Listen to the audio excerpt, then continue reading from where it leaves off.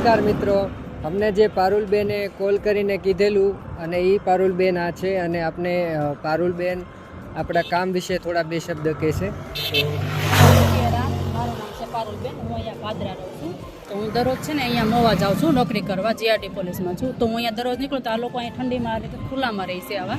તો મેં ઘનશ્યામભાઈના વિડીયો જોયેલા આરએનજી માનવ સેવા સેતુના, બરાબર. તો મેં ઘનશ્યામભાઈને ફોન કર્યો, મેં કીધું આવી રીતના અહીંયા છે.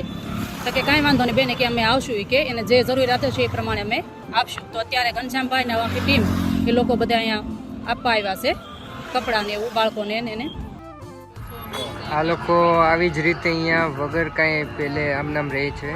તો મિત્રો તમે વિચારો, આપણે ઘરમાં હોવા છતાં પણ આટલી ઠંડી લાગતી હોય તો આવી ઠંડીના આ લોકો અહીંયા રહે છે. તો આવો અને આપણે એમને કંઈક ગરમ કપડાં આપીએ, આપણીથી જેટલું બને એટલું ટ્રાય કરીએ.